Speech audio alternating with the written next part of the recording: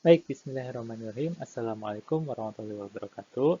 Senang sekali kami bisa mempresentasikan hasil dari pengabdian kami di Abdimas 4 tahun 2021 ini. Izinkan kami untuk memperkenalkan diri, saya Arsil dan juga rekan saya adalah Rosi Rosiah. Judul dari presentasi kami adalah Pendidikan Literasi kepada Anak TPA melalui cerita syarat pesan moral di TPA Solihin, Kepuhan, Sedayu. Baik, pendahuluan. Jadi ini diambil dari Kementerian Keminfo ya. Menurut UNESCO, jadi mengenai literasi khususnya minat baca itu di Indonesia sangat rendah begitu ya. Bahkan di sini disebutkan dari 61 negara, Indonesia menduduki 60 ya. Artinya soal minat membaca itu sangat rendah begitu. Nah, kemudian ini mengkhawatirkan kenapa? Karena berkenaan dengan pendidikan anak usia dini ya. Mengingat ini adalah masa golden age yang harus dioptimalkan sebaik mungkin. Nah, salah satu cara yang bisa dilakukan itu sebenarnya dengan teks bacaan, kemudian bacaan sastra, cerita rakyat, fabel, hikayat, atau dongeng itu bisa menimbulkan motivasi atau minat membaca yang tinggi ya. Belum lagi kalau dari bacaan tersebut diinternalisasikan, maka bisa diperoleh eh, kemampuan kognitif yang baik ya dan juga efektif. Nah, diperkuat dengan pernyataan dari Mutsiro ya pada tahun 2005. Nah, dengan membaca itu, pertama ya, manfaatnya dapat membantu pembentukan pribadi dan moral anak. Lalu kemudian menyalurkan kebutuhan imajinasi dan fantasi. Lalu memacu kemampuan verbal anak, merangsang minat menulis anak, dan juga membuka cakrawala pengetahuan anak ya.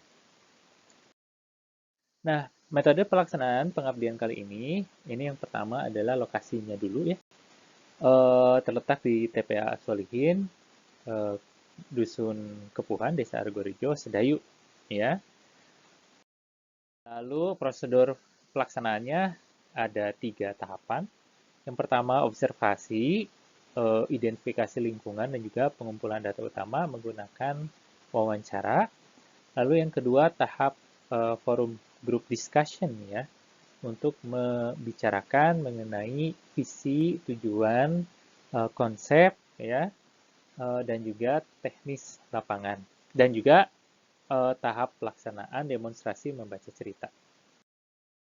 Nah, ini kurang lebih gambaran cerita yang disuguhkan karena disuguhkan bacaan belum tentu anak-anak TPA itu mau membaca ya. Tapi diperkenalkan dulu secara teori bagaimana teknik membaca, lalu setelah itu demonstrasi membaca cerita ya. Yang dibawakan ada 2, yaitu cerita rakyat Jepang, kemudian yang kedua cerita Islami. Nah, untuk cerita rakyat Jepang mengenai Momotaro ya, ini kurang lebih gambarannya ya. Yang jelas dari setiap cerita ini bisa ditarik nilai-nilai yang ada di dalamnya untuk bisa diinternalisasi kepada diri peserta ya, yaitu siswa-siswi TPA ataupun warga masyarakat yang mengikuti acara ini. Oke, untuk pelaksananya sendiri dilakukan secara luring ya, meskipun di masa pandemi tapi dilaksanakan secara luring dengan memperhatikan protokol kesehatan. Baik, ini ya gambarannya untuk Momotaro. Kemudian kisah berikutnya kisah Islami Wais Al-Qarni ya, pemuda yang berbakti kepada orang tuanya. Oke, ini gambarannya seperti ini. Nah, setelah selesai ada tahap refleksi. Jadi peserta diajak diskusi apa saja nilai-nilai yang diperoleh. Kemudian ditantang peserta untuk membawakan cerita ya. Nah, menggunakan alat bantu. Alat bantunya adalah boneka tangan ya, sehingga eh, bisa menemani mereka untuk bercerita dan juga menambah kesan menyenangkan dan juga bisa menyalurkan ya rasa grogi mereka kepada boneka tangan tersebut. Dan terakhir penutupan. Eh, Kemudian kita masuk ke bagian simpulan. Jadi pengabdian ini ada 3 tahap ya, identifikasi, lingkungan, dan pengumpulan data utama atau eh, observasi. Lalu forum group discussion untuk membicarakan konsep, tujuan, program, hingga teknis pelaksanaan. Lalu demonstrasi ya, membaca cerita untuk meningkatkan minat dan literasi membaca. Nah, setelah dilakukan pengabdian ini, warga dan tokoh masyarakat merasakan dampak positif. Kenapa? Karena sebelumnya tidak pernah ada yang menyelenggarakan pengabdian seperti ini. Lalu harapan dari masyarakat, dari tokoh masyarakat itu ada tindak lanjutnya ya dari kegiatan yang sudah dilaksanakan.